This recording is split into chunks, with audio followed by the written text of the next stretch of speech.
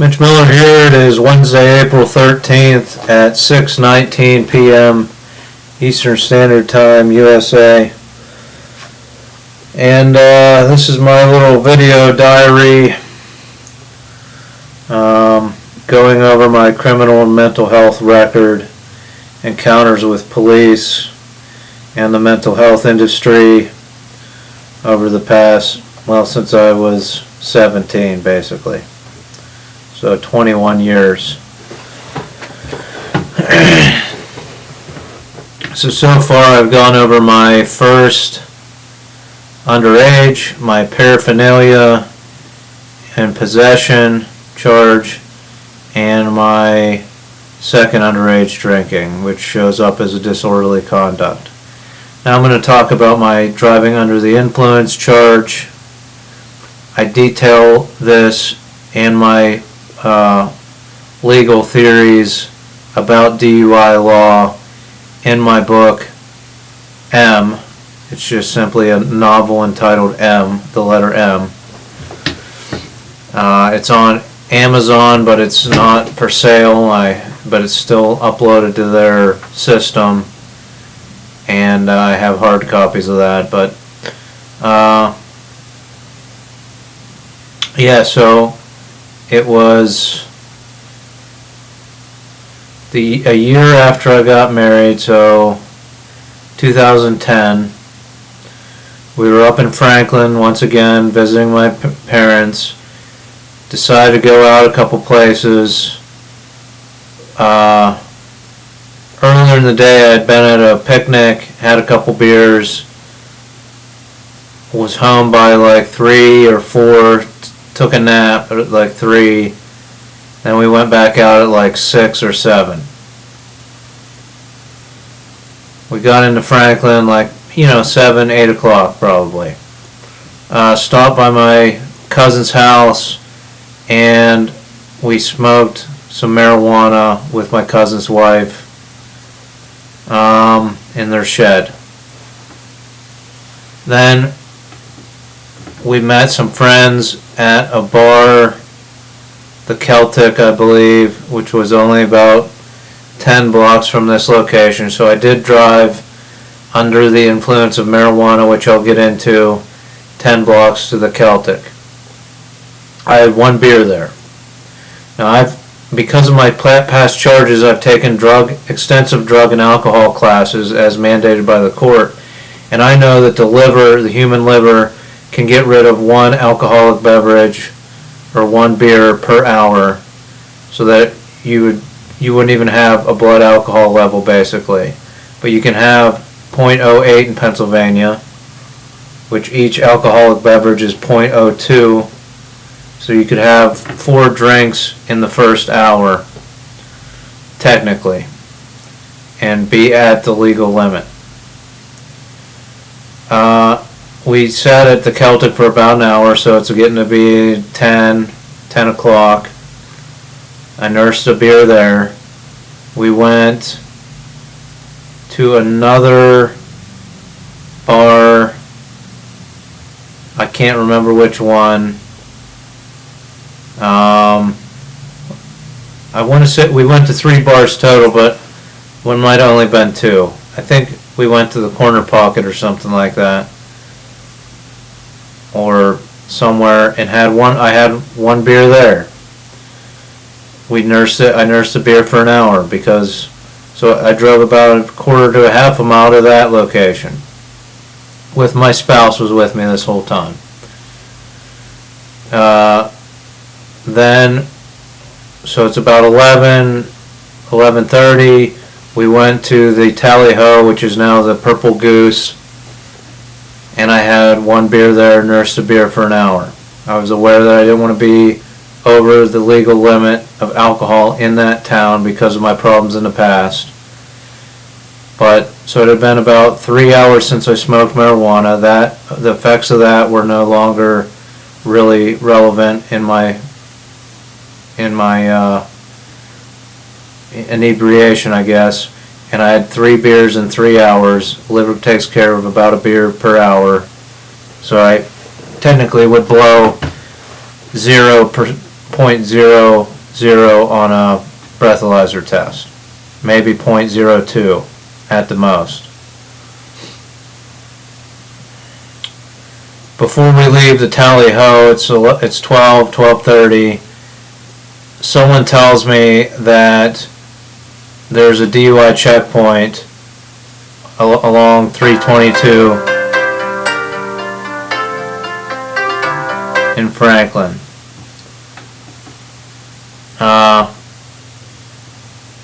So I have that information,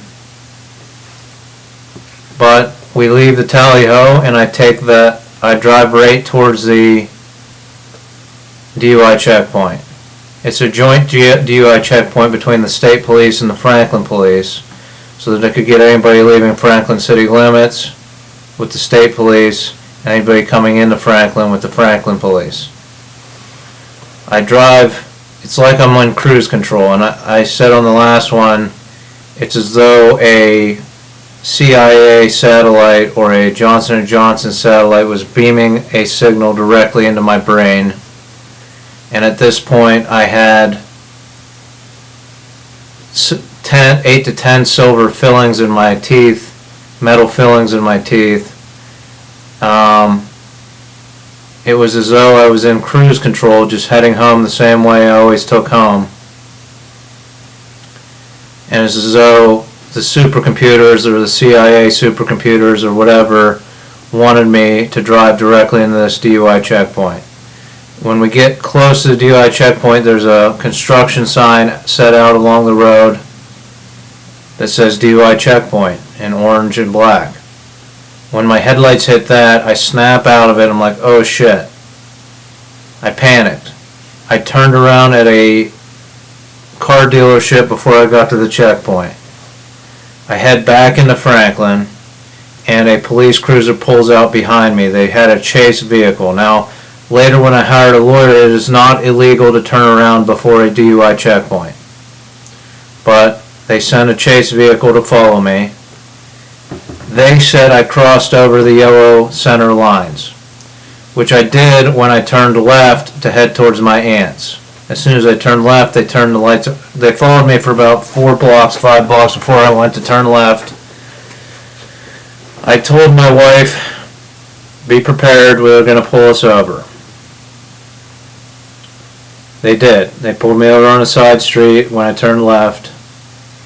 Got me out of the vehicle. There was a police officer explained he was going to issue a field sobriety test. I was wearing cowboy boots with this high heels on them. He does the field sobriety test where you walk the line, do everything. I thought I did fine through it. He shined the light in my eyes, and he might have been able to see that I had smoked marijuana earlier in the day. I don't know. They had a breathalyzer after I did the whole field sobriety test. There's now at this point there's like 6 police officers there. Franklin police officer has me blowing the breathalyzer, and he just simply, he reads it, he never shows me, he reads it and says, yes, he's been drinking, take him in. So I blew a .02, .04, not a .08. I know I didn't. They take me in, they read me this standard sheet of paper about submitting to a test. They want to do a blood test in the police office, in the basement of the city hall, in the police area, the police station. I say I'm not going to submit to the state putting a needle in my arm. Now, I had already submitted to a field sobriety test and a breathalyzer test, but they wanted to do a blood test. I didn't submit. I didn't sign the paper, so that automatically put me to the maximum penalty for a first-time offense of DUI. Went home that night. I got a lawyer, Sean White again, who's now the DA. He was going to try to argue that it was unsanitary conditions in the basement of the city hall, that they had a nurse in there, a phlebotomist, that they wanted to do the test in there. not in a hospital. So I spent my 401k from the Home Depot, my retirement, on that lawyer and fighting these charges. I had 2 charges, a civil case to take my license away with the state of Pennsylvania, and a criminal case with Franklin, I think, for the DUI, or with the state of Pennsylvania for a DUI. It's a very complicated law, but I go into detail in my book. Anyway, this whole fighting this thing culminates in me sitting in front of a judge from Erie, from a circuit court, and he has me on the hot seat. So he's like, did you really think it was unsanitary, or did you just not want the state to take your blood? And I admitted that I didn't want the state to take my blood. So he ruled that everything was upheld.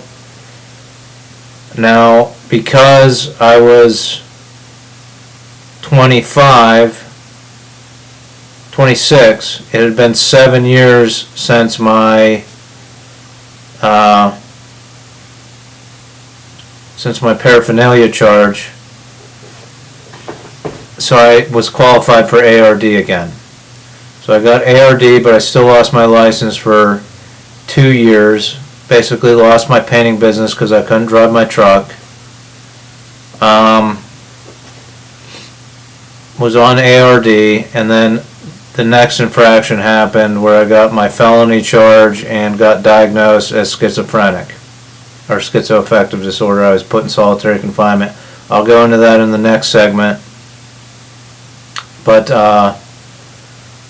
yeah, I think this is the first contact with a satellite beaming some kind of signal directly down to Earth, maybe out of Langley, Virginia. Maybe there isn't a satellite that can shoot a signal, but maybe one that reflects it and focuses it in one area on one property, and the signal is produced on Earth. That's what satellites mainly do. I don't think it's far-fetched. I think the CIA has been trying to perfect mind control for 30, 40, 50 years. They want trained assassins that they can control. And we all know how this new generation is. They play Call of Duty and stuff. So I wouldn't put them past them to want to be able to control our military soldiers in war zones using a little game controller. And the military is pushing to recruit from these gamers. I don't think it's far-fetched to have. It is kind of far-fetched, I know it is, but I'm just saying I'm going to go into more theories about this satellite and how eventually I was tortured by it in my home while I painted a series of over 40 paintings in this room.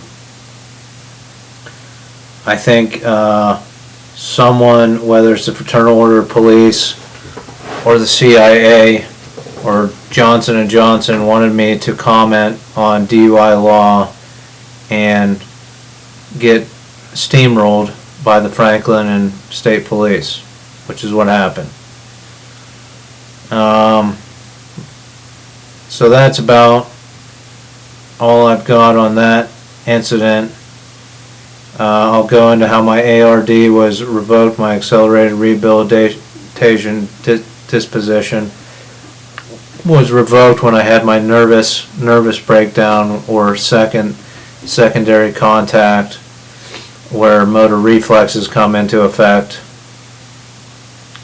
instead of just simply enacting the brain function of the cruise control, where you've driven the same route many times and you just kind of are persuaded to take that route.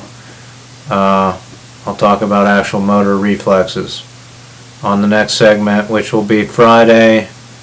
Hillary's working late, so I'll go into that. So tune in Friday. Thanks for watching, and let's regulate space, because these satellites and these signals are crazy.